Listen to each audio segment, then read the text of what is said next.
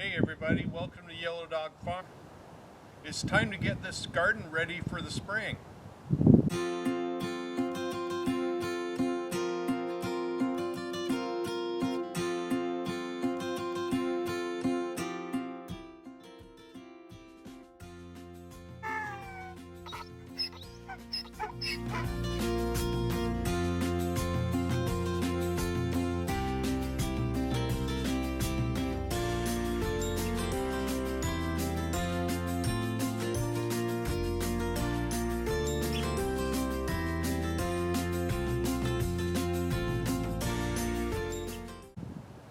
I thought I'd start this video with this shot so that you can see why our garden has such a strange shape. When we decided to put a garden in, I was really particular that when you came around the corner in the driveway that you didn't just stare at the garden, that you could see our home when you made the turn. So that's why it's got a little bit of an odd pie shape to it. It's going to be about 70 degrees this week. It's just beautiful, but not quite warm enough in the evenings to go ahead and grow. So I'm going to go ahead and show you the layout of the garden, and then I'll swap in and out to the plans on how I'm thinking about the garden moving forward. So the garden's just 25 feet wide here at this end, and then it broadens in a bit of a pie shape. So this fence that you see down along here is about 160 feet long, and then you can see all the poles there on the long end or the wide end of it. You can see that it's 60-70 feet wide on the end, and then there's the remainder of the pie shape. So the design that we're thinking of for the garden, it'll probably take 2 years to get it done, but we're gonna continue expanding our raised beds, which you see directly in front of us there. So we currently have 4 raised beds. We're gonna take that to 5 along that same row, and then expand it to 10, and then once that's done, we can go back along this long row here, and we'll go ahead and put in another 6, and then we'll expand along this fence to put beds turned the other way. So we'll have nearly 20 raised beds when it's done. And then this area that you see here is going to be all vines, so watermelon, pumpkins, that kind of thing. And then this area right here is really TBD. We don't know that we'll put anything in there. Definitely nothing for now. And then back to alongside the fence here, this is where we're going to go ahead and put some heavy plastic down and just run it down along there and kill all the vegetation. So we'll think about what we're going to do there for next year, which probably includes planting loofahs up along the fence here, and then who knows what we'll put down alongside it. Maybe some garlic or something like that. And then we've got a few tiny blueberry bushes here. They're really not doing anything now. And that's a lemon tree that came, that's been with us forever. Another lemon tree, and then a Meyer lime tree. So I don't know if they survived the cold snap or not, but we'll see what goes. So let's go up to the raised beds and talk about what the infrastructure is going to look like. Okay, here's a look at the 4 raised beds that we currently have in the garden. Those are 2 by 12 boards. They're 10 feet long and about 50 inches wide. So we put low tunnels on these 2 raised beds. My main reason for putting them on to begin with is to try and keep tomatoes alive. So I'm quite new at gardening. This is really my first year, and it didn't take long to understand that peppers and tomatoes are not going to last into December. So you can kind of see some shrunken bell pepper plants going there, but the parsley, dill, and then the lettuce, we've got leafy lettuce over here, dill behind it right about there, And then here we've got romaine growing, and I've got romaine in trays right here. I'm going to transplant those in the coming days. And then just behind it I've got about 10 parsley plants, so we'll see how that goes. And then if you look at this fourth bed, it's got some herbs in it. They're pretty resistant to the cold and are doing just fine. We went ahead and bought a truckload of wood chips. It's just chewed up pallets, and we went ahead and put that down between the beds. And then as I started thinking about what's going to happen for next year, I decided to hold off on putting down any more. So once we finish expanding, we'll do something different. But just to the left of this bed, so about here, we're going to put another raised bed. So that'll put us at 5 wide. And I'll come do a different view so you can see down along where it's going to go. But we'll go about 30 inches over, and then we'll put another row duplicated down there. So let's rotate around and take another look. So this is the gate entrance to the garden, and our plan is to run a road that you can drive down. We'll leave it in grass for now. And then in the coming years, we'll go ahead and probably put some kind of wood chips or something down. But this is going to go all the way to the other end of the garden. So we were standing down at the other end a moment ago, and this will be the main way, of course, in and out to get to the vegetables.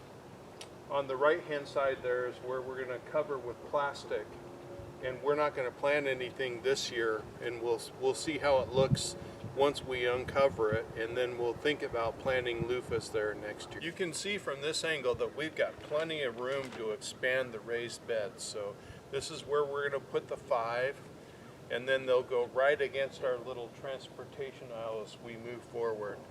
And right when I got to this point and I started thinking about adding these 5 beds, I've realized that I've got a lot of infrastructure to do. So I need to put in some low pressure water lines to these raised beds.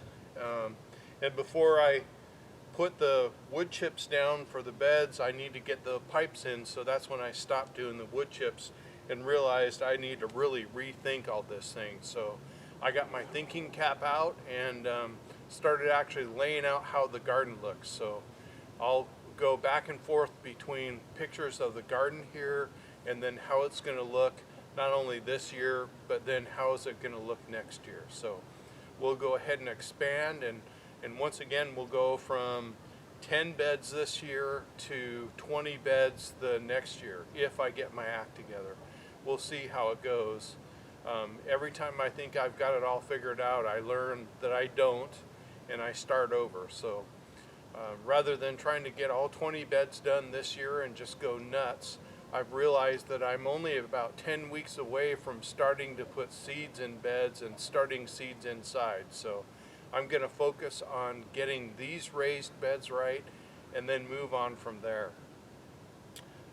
My thinking too of doing the infrastructure is doing it in steps, getting the water set up, the low pressure for the beds, understanding how I want the drip system to look, and then I can do some testing of the drip system as well and make sure that it's working properly. So more videos to come on that, I'm sure, but I'm going to kind of work backwards from these raised beds. So I'll go the low pressure water system, I'll dig the trenches for that, get it in, and I'll go to where the water spigot's going to be, where the high pressure system will come in, and then how it'll move back from there. So let's go take a peek at that.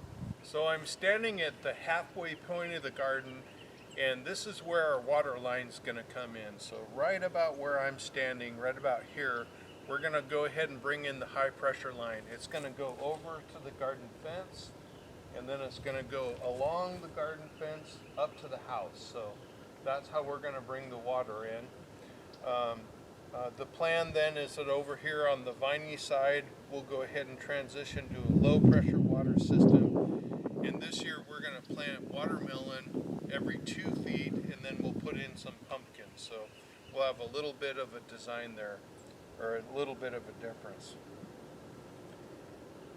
So part of what we thought about when we planned the garden is we want to be able to, you know, with a garden of this size, you really need to be able to use all of your equipment. So we went ahead and took our Polaris buggy and kind of drove it around the raised beds here and figured out how wide of a lane we need for it to be able to turn around the raised beds and get in and out. So they may be a little bit hard to see, but we've got orange flags here, and these orange flags are where the road is going to be. So we'll go ahead and put another raised bed there. We'll be able to drive the buggy all the way around and it'll be no problem. So I guess that was really the first start of us laying this thing out, is being able to understand that. And you know, I'll bounce back and forth and show you this on paper and what it looks like. We will put beds that are kind of rotated 90 degrees to these beds, and they'll go along the fence. So that'll be something for next year. And then beds all the way at the end. So we've got it all laid out.